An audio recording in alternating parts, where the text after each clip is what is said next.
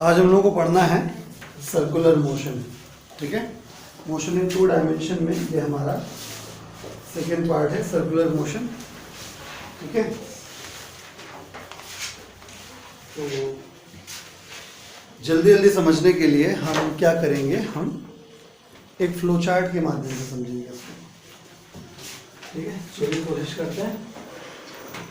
सबसे पहली बात, सर्कुलर मोशन क्या होता है। सर्कुलर मोशन, जब कोई ऑब्जेक्ट एक सर्कुलर पाथ पर ट्रेवल करता है तो उसके मोशन को हम लोग सर्कुलर मोशन कहते हैं। यानी कि motion of a body on a circular path.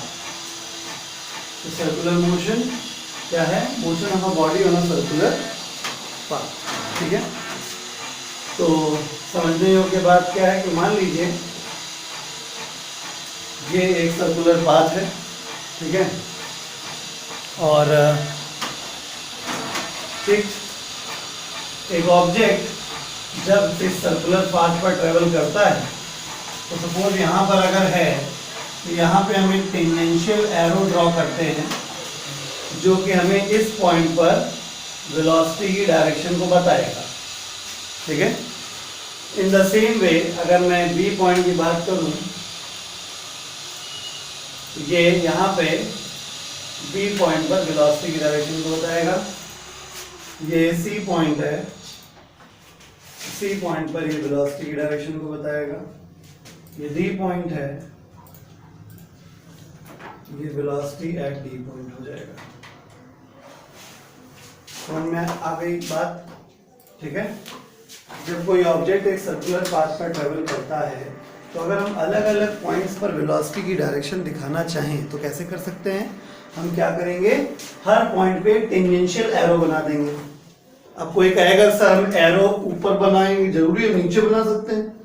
Arrow हमें उस तरफ बनाना है जिस तरह बॉडी चल रही है। बॉडी जैसे इधर चल रही थी तो एरो इधर बना दिया, इधर चल रही थी इधर बना दिया, इधर चल रही थी इधर बना दिया, इधर चल रही थी इधर बना दिया। आई बात समझ में? तो क्या दिख रहा है? ये दिख रहा है कि वेलोसिटी की डायरेक्शन बदल रही है। यानी जब भी ऑब्जेक्ट एक सर्कुलर पाथ पर है, अभी हम कुछ नहीं पढ़ा रहे हैं, अभी हम सिर्फ सर्कुलर मोशन पे हैं। अभी हम uniform circular motion, non uniform circular motion, अभी हम कुछ नहीं कर रहे हैं। अभी हम सिर्फ केवल एक चीज पे ध्यान केंद्रित कर रहे हैं, वो है सर्कुलर मोशन। तो जो मुद्दा मुझे यहाँ पे दिखाई दे रहा है सर्कुलर मोशन में, वो ये दिखाई दे रहा है कि अगर ऑब्जेक्ट एक सर्कुलर पाथ पे चलता है तो लगातार कुछ चेंज हो या ना हो, उसकी वेलोसिटी की डायरेक्शन जरूर चेंज हो रही है। यानी कभी भी ऑब्जेक्ट अगर सर्कुलर पाथ पर ट्रेवल कर रहा है तो उसकी वेलोसिटी की डायरेक्शन लगातार चेंज होगी। ये बात फैक्ट है।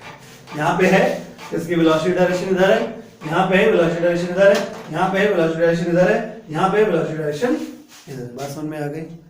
यानी during circular motion direction of velocity of the body changes continuously. ठीक है, ये पॉइंट में निकल के आया, वो यहाँ पे मैं साइड में लिख देता हूं। क्या? During circular motion direction of velocity of body changes continuously। एक बात तो तय हो गई।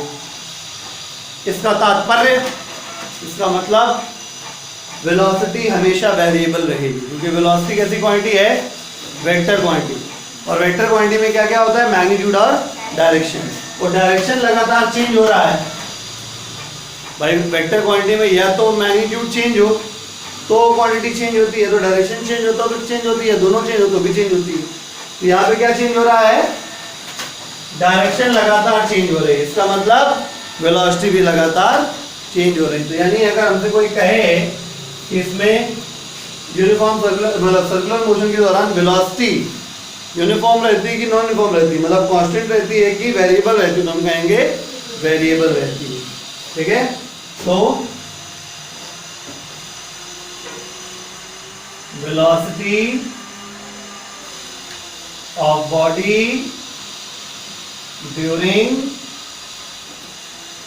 circular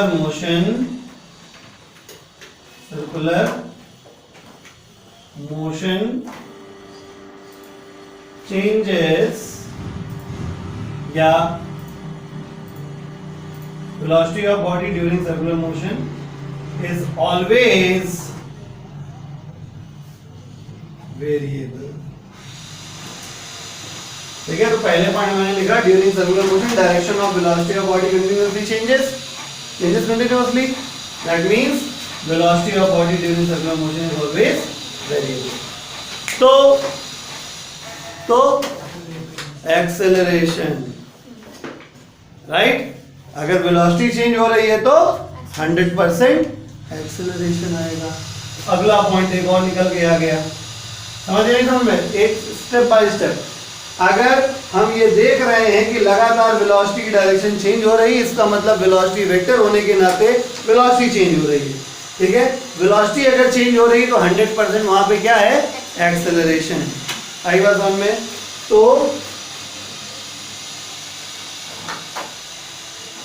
ड्यूरिंग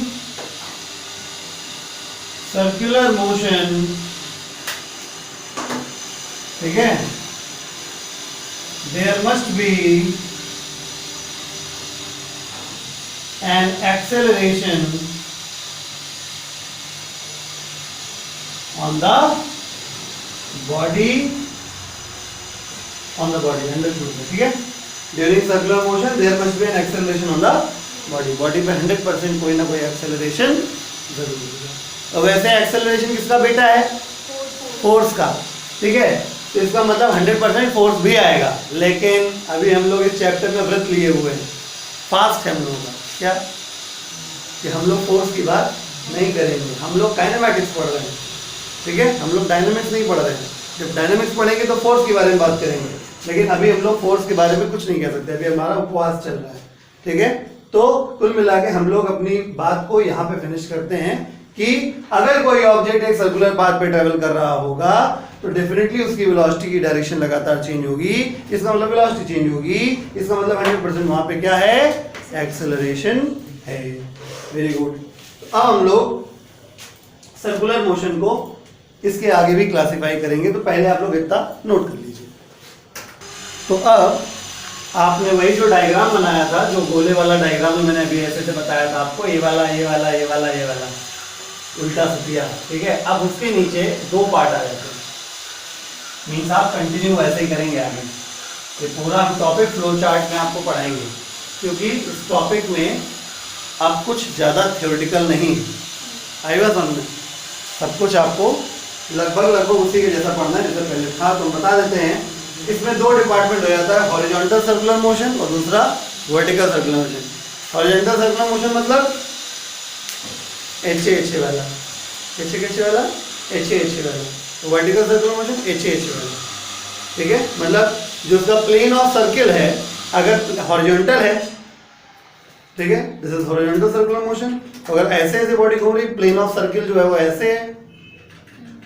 ठीक है, मतलब अगर कोई ऐसे बोले कि a body is moving on a circular path in a vertical plane, इसका मतलब वो ऐसे हो रहा है. Body is moving on a circular path on a horizontal plane, तो ऐसे हो रहा है. दोनों बातों में फर्क है, इसलिए आप बहुत ध्यान देके, क्योंकि दोनों ही अपने सिलेबस में है तो अच्छे से पढ़ना है.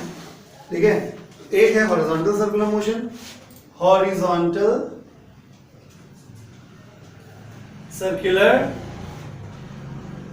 मोशन, और दूसरा है वर्टिकल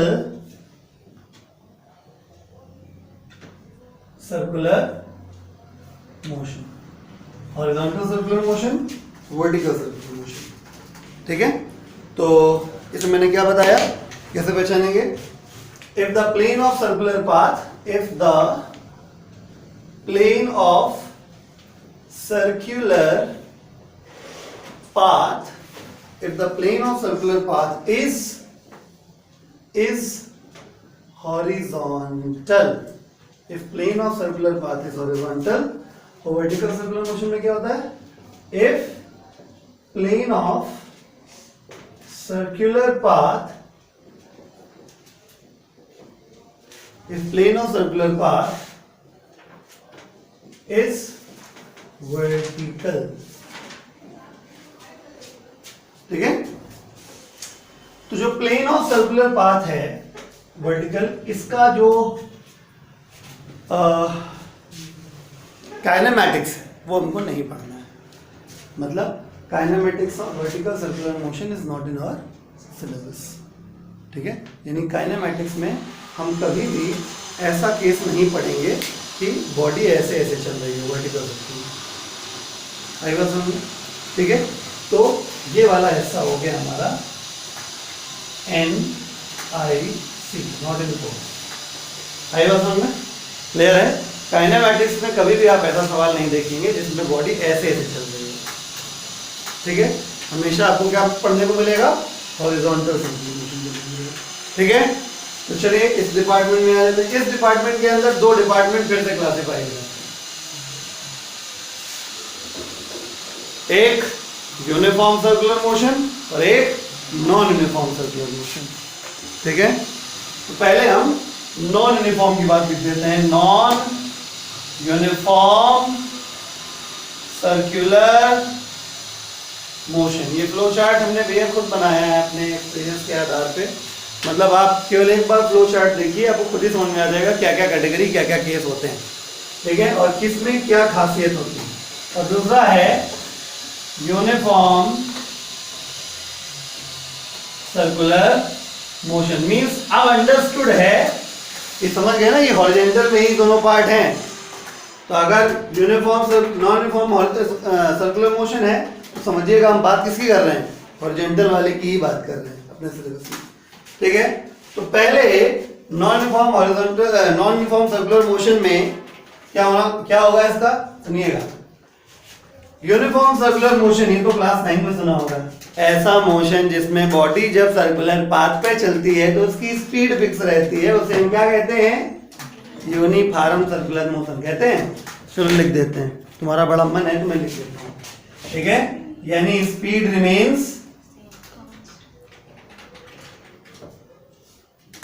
ठीक है, कम से कम एक आइटम तो बचा लिया इसमें। वेलोसिटी तो पहले ही गड़बड़ हो चुकी, डायरेक्शन तो पहले ही चेंज हो रही लगातार, डायरेक्शन तो चेंज होगी ही होगी, उसको तो हम रोक ही नहीं सकते हैं। कम से कम एक आइटम बचा लिया, मैग्नीट्यूड। डायरेक्शन चेंज हो रही है लेकिन मैग्नीट्यूड बच गया, स्पीड रिमेन्स कांस्टेंट। लेकिन ये बिल्कुल यह आ रहा है, ना डायरेक्शन बचा पाया और ना मैग्नीट्यूड। मतलब इसमें स्पीड रिमेन्स वेरिएबल। बात समझ में आया। यानी कि जब ऑब्जेक्ट सर्कुलर मोशन पे चलेगा तो उसकी डायरेक्शन, वेलोसिटी की डायरेक्शन तो हमेशा हमेशा हमेशा हमेशा चेंज होगी ही होगी, उसको तो कोई रोक ही नहीं सकता है। ज्यादा से ज्यादा हम बचा सकते थे क्या, मैग्नीट्यूड, तो एक में बचा पाएंगे, एक में नहीं बचा पाएंगे। मतलब अगर हमसे कह दिया गया मोशन यूनिफॉर्म सर्कुलर मोशन है तो इसका मतलब है डायरेक्शन चेंज हो रही है लेकिन मैग्नीट्यूड कांस्टेंट है, जिसको हम लोग स्पीड कह दे रहे हैं, ठीक है। और नॉन यूनिफॉर्म सर्कुलर मोशन में डायरेक्शन तो चेंज हो ही रही है, मैग्नीट्यूड भी चेंज हो रहा है। आई बात समझ में। तो अब इसके अंदर भी दो सब केसेस हैं, डरना नहीं, ठीक है। अब भाई स्पीड बदल रही है तो छोटी सी बात है, सोचिए, डरिए नहीं। स्पीड बदल रही है तो दो में से एक ही काम हो रहा होगा, या तो स्पीड बढ़ रही होगी या घट रही होगी, इसके अलावा तो कोई ऑप्शन है नहीं। तो एक केस का नाम मैं लिखता हूं स्पीडिंग अप, क्योंकि क्वेश्चन में काम आएगा स्पीडिंग अप, और दूसरा केस होगा स्पीडिंग डाउन। मतलब इस केस में स्पीड बढ़ेगी, मतलब सर्कुलर पाथ में भागता जा रहा है, स्पीड बढ़ाता जा रहा है, ठीक है। तो इस केस में क्या है, सर्कुलर पाथ में चल रहा है लेकिन ब्रेक लगाता जा रहा है। आई बात समझ में। तो ये हो गया, तो ये हो गया इधर और ये हो गया इधर। तो अब चलिए मैं आपको एक फंडा समझा देता हूं। आपको पता है एक्सेलरेशन दो प्रकार के होते हैं, एक सर्कुलर मोशन में एक्सेलरेशन दो प्रकार के होते हैं। एक एक्सेलरेशन को बोला जाता है सेंट्रीपिटल एक्सेलरेशन, जिसकी दिशा towards the centre of the circular path होती है। कुछ मूर्ख हमेशा टूवर्ड्स द सेंटर बोलते हैं। किसका सेंटर भाई, हमारा कि तुम्हारा, है ना? कोचिंग सेंटर, चाउमिन सेंटर, कौन सा centre? Centre of the circular path, ये बोलना पड़ता है पूरा, ठीक है। तो एक होता है सेंट्रीपिटल एक्सेलरेशन, जिसमें दिशा सेंट्रीपिटल मतलब towards the centre of the circular path, और दूसरा एक्सेलरेशन बोला जाता है टेंजेंशियल एक्सेलरेशन। विच एक्सेलरेशन? Tangential acceleration. इसके भी नाम से क्लियर हो रहा है, जो अलोंग द टेंजेंट काम करता है। आई बात समझ में? बहुत ध्यान समझिए। तो मैं लिख दे रहा हूं यहां पे, ध्यान से समझ लीजिए। सेंट्रीपिटल एक्सेलरेशन आता है वेलोसिटी की डायरेक्शन चेंज होने की वजह से, याद रखिएगा। सेंट्रीपिटल एक्सेलरेशन तब आता है जब वेलोसिटी की डायरेक्शन चेंज होती है, ठीक है। तो centripetal acceleration acts on body if direction of velocity changes, ठीक है। मुद्दे की बात है, वो सॉलिड मतलब पैराग्राफ बल लिखा रहता है किताबों में, हम तुम्हें एक्सट्रैक्ट करके तो दे रहे हैं, मतलब हलवा खाने समान हो रहा है, ले लप से खा जाओ, ठीक है। तो सेंट्रीपिटल एक्सेलरेशन तब आता है जब बॉडी की वेलोसिटी की डायरेक्शन चेंज हो रही हो, और अगर मैग्नीट्यूड चेंज हो रहा हो तो टेंजेंशियल आता है। अभी खुद ही समझ में आ जाएगा किस केस में कौन कौन से एक्सेलरेशंस होते हैं, ठीक है। तो tangential acceleration acts on body if speed of body changes। समझ में आई बात आपको?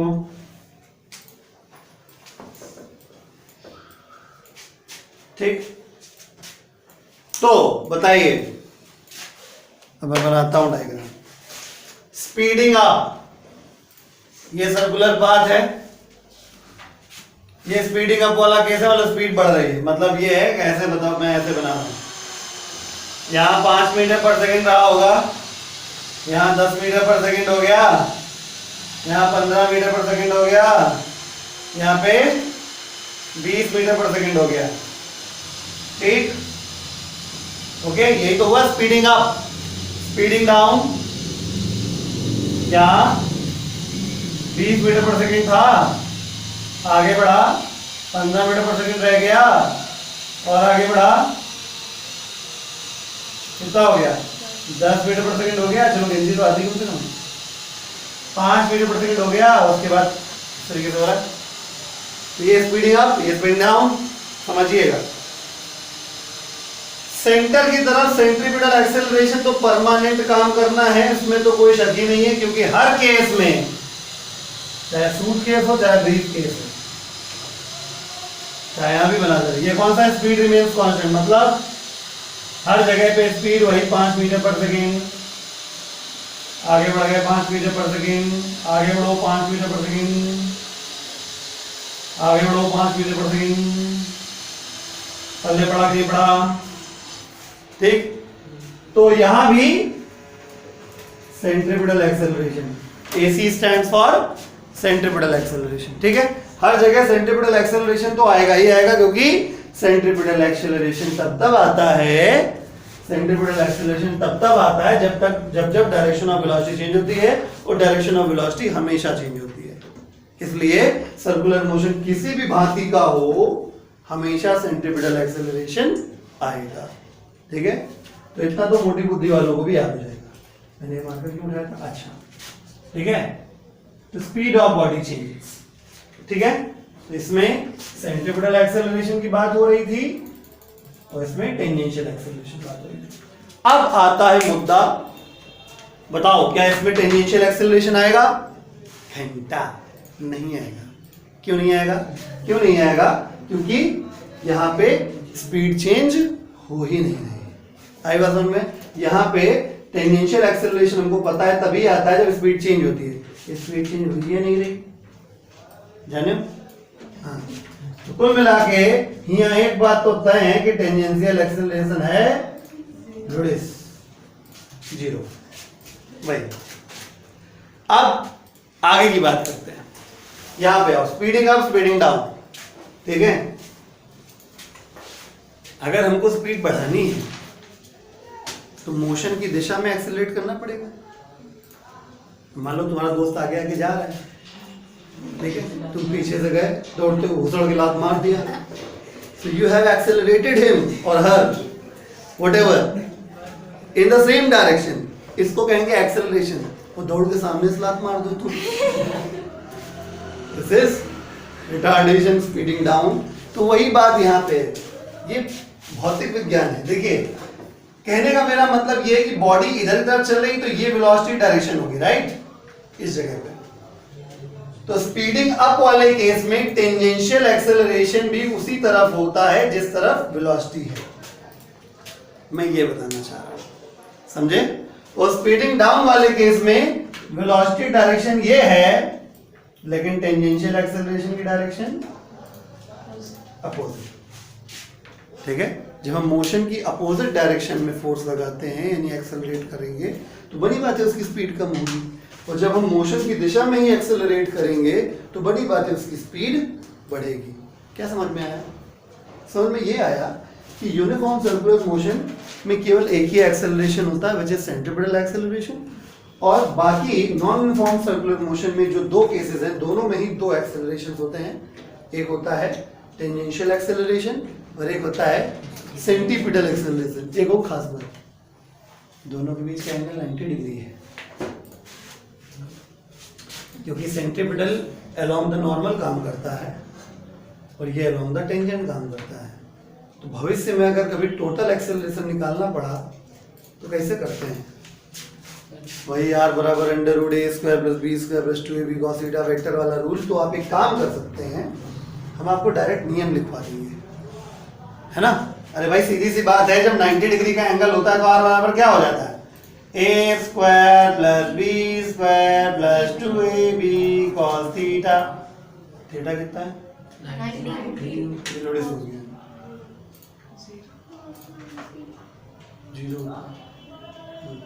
cos 90 0 होता है। यानी अगर मैं यहाँ पे टोटल एक्सेलरेशन की बात करूं, नेट एक्सेलरेशन की बात करूं, तो ac² प्लस कितना आसान है। आई बात समझ में? तो कुल मिला के अभी मैं फॉर्मूला आपको लिखवा दूंगा, फिलहाल पहले इसको नोट करिए।